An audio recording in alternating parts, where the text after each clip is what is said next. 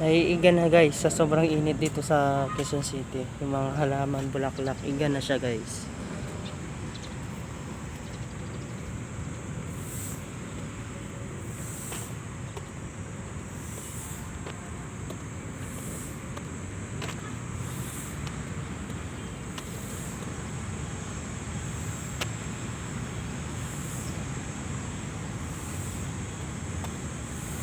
Sarap dito magtambay eh.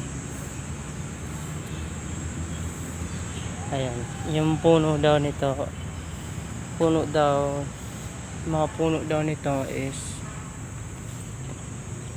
ayan, marabutan. So, curtain fig sa English name, marabutan. Scientific name naman niya is yung Ficus retosa. Family naman niya is Moraceae.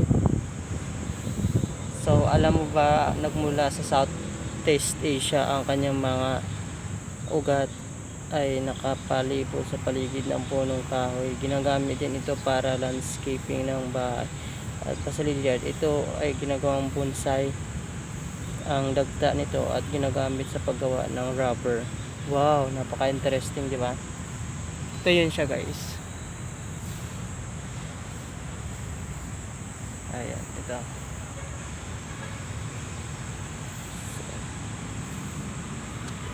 So, sobrang linis dito sa Quezon City. Wala akong masabi.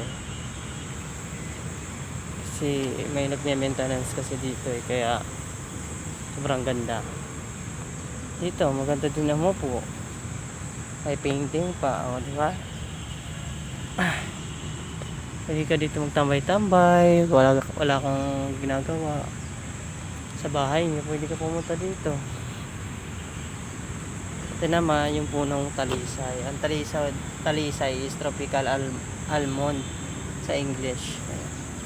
Hindi na ako magbabasa lang. Ayan nga.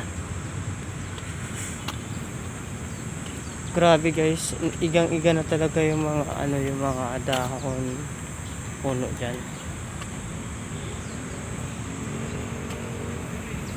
Igang-iga na talaga siya. Grabe. Sobrang init niya na panahon, pati yung mga dahon lalantay na, lulutay tayo na lanutan.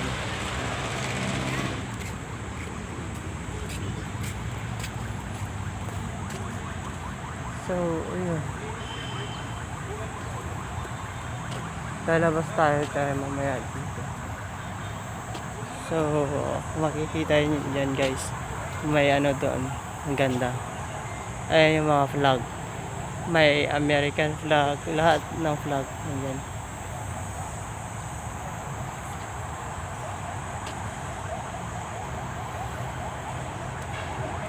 Ang ganda ng bulaklak ngayon.